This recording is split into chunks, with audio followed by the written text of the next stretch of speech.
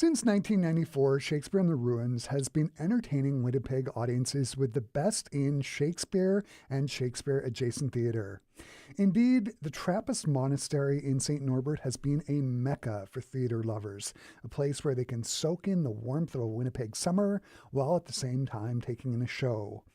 While the ruins right now may be covered with the chill and snow of a Winnipeg winter, the folks at Shakespeare in the Ruins have been busy planning for another successful summer. Having ample funds in the coffers will be key to making this summer a success. Coming up this Sunday at 2 p.m. at Prairie Theatre Exchange, Shakespeare in the Ruins is having a fundraising event called Cocktails and Conversations. The event will include music, readings, as well as a variety of food and drinks.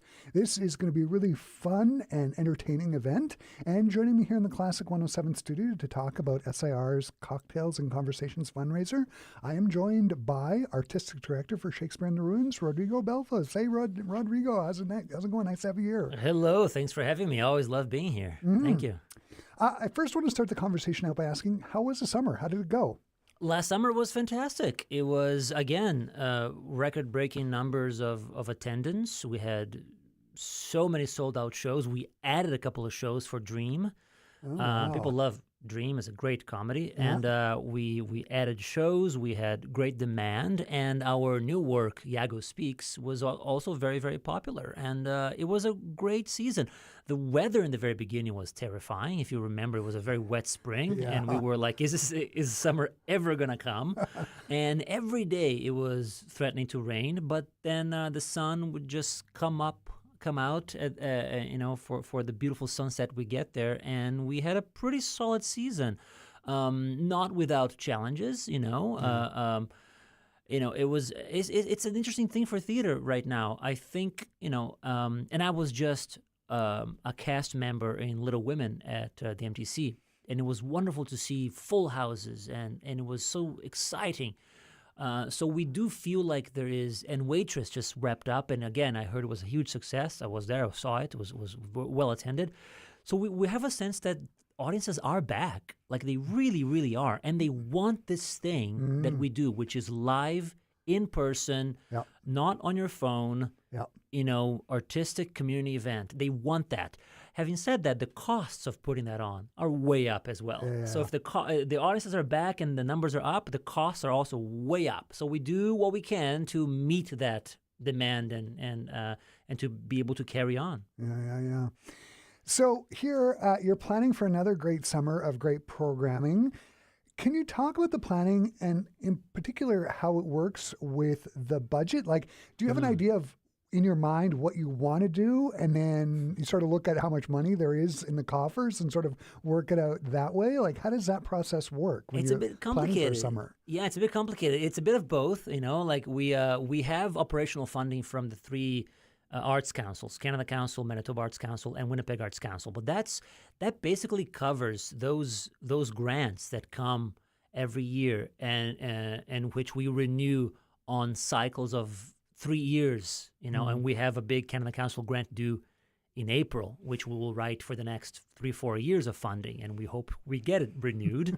There's always hope, right? Yeah. So those grants do come every year, and we're very grateful, but they only cover really the basic expenses of running a theater company, the staff, the seasonal staff we hire, bartenders, bookkeepers. They help with volunteer costs as well. They cover the salary of Sarah Malabar, our managing director, and myself. And we are on very modest salaries, I might add, because I also freelance and do other artistic work on the side. So this is a small company. SIR is a small company. Our annual budget is about $400,000 a year. That's what we aim to have to do what we do. To give you an idea, an SIR show costs about $150,000 to $200,000. That's one show, right? It's about $150,000 to $200,000. Yeah.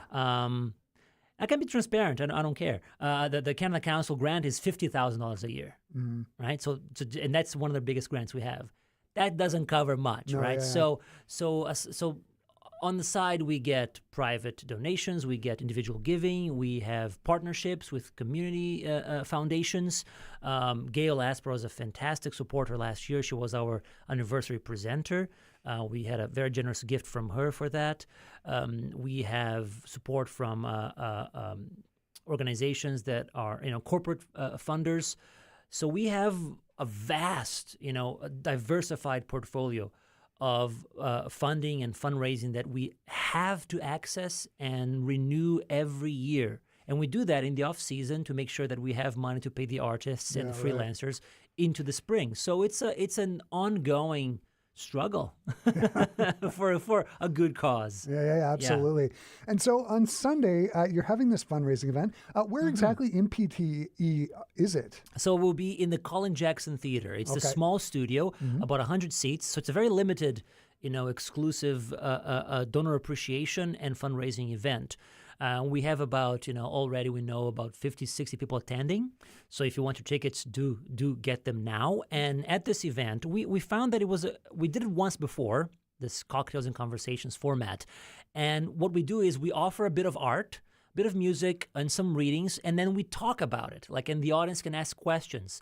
We found that they really love that, behind the scenes chat. They want to know where the songs came from, how the artists came up with them, how a rehearsal process works. So it's sort of like this open, intimate event in this small studio where we present the art and then we talk about it, and we have great artists coming to share their heart and their practice and their work with us. Yeah, absolutely.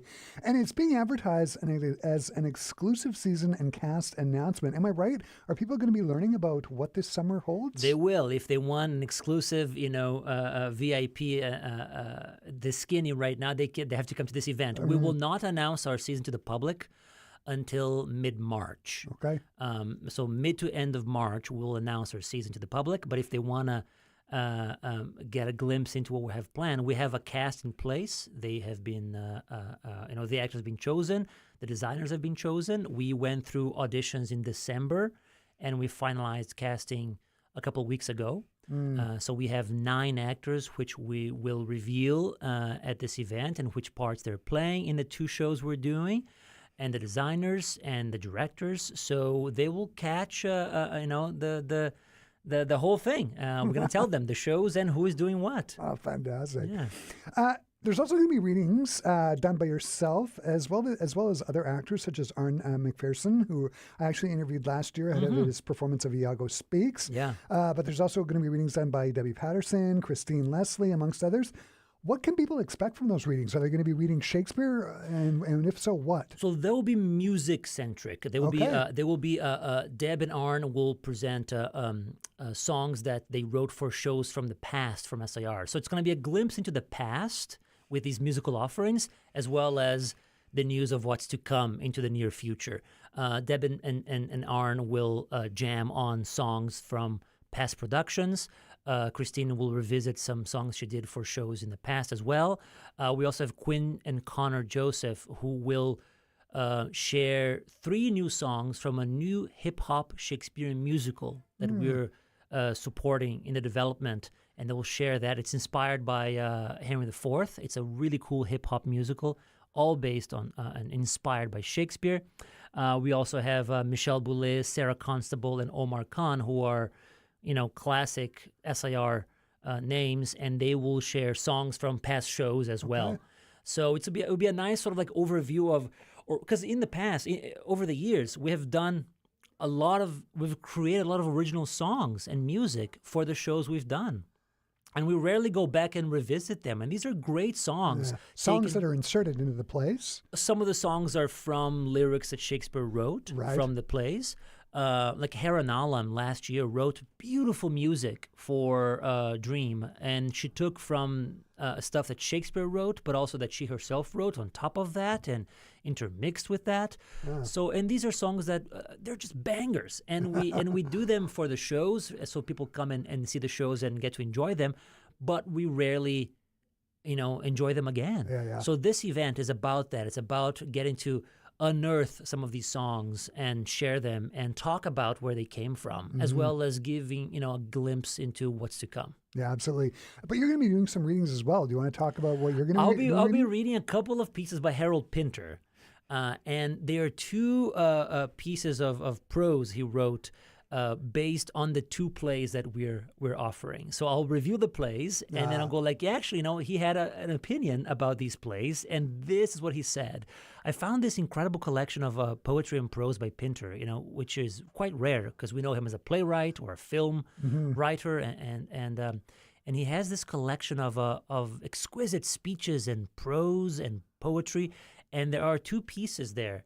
One is on Shakespeare, which is hilarious and really insightful. And the other one is a correspondence that he has with a friend who watched the show that we'll be doing when it first premiered in the UK in the 50s. And he has his sort of take on the show. And it's we'll be doing a classic Shakespearean play, and we'll be doing a contemporary piece from the last century.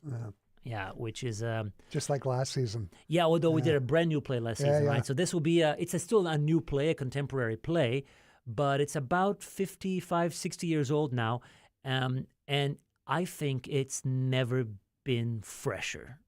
This play. As soon as you know which play it is, you'll go, of course. And it's often called. Here's a glimpse. It's often called the greatest play of the 20th century. So you're gonna come to the event and you'll know what that play is. One of the people who's going to be performing on Sunday is Michelle Boulay. You mentioned her earlier. She's a founding member of Shakespeare in the Ruins.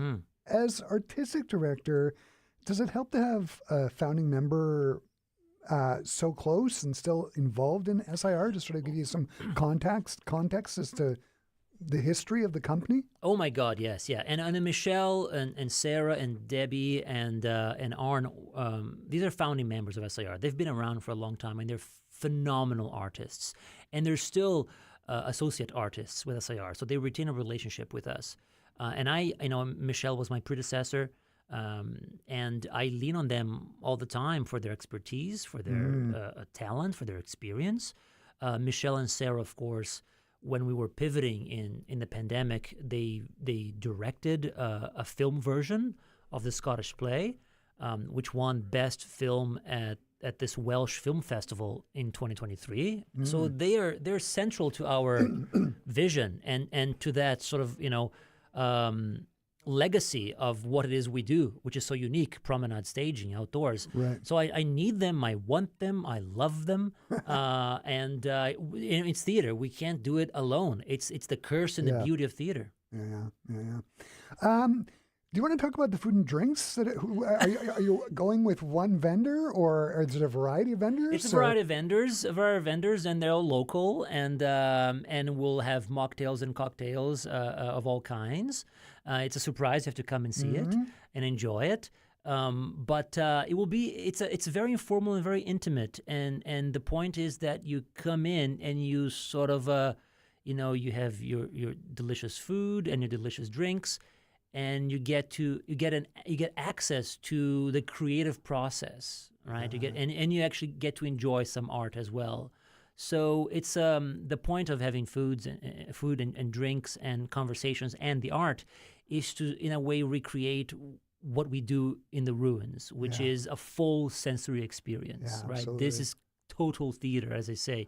It's not in a black box and you're sitting there in the dark. You all your senses are being stimulated. Your visual senses, you feel the elements in you. So as you enjoy great local food and drink great wine and cocktails, you get a sense of being stimulated and enriched. There's a lot going on. Yeah, that's right. Cocktails and conversations on Sunday sounds like it is going to be just super fun. How much are tickets, and where can people go to buy them? They're $60, and you can get them online at shakespeareintheruins.com. Fantastic. Rodrigo, the Cocktails and Conversations fundraiser this Sunday at 2 p.m. at PTE sounds like it is going to be just fantastic. Thanks so much for taking the time to drop by and talk to me today. Thank you for having me.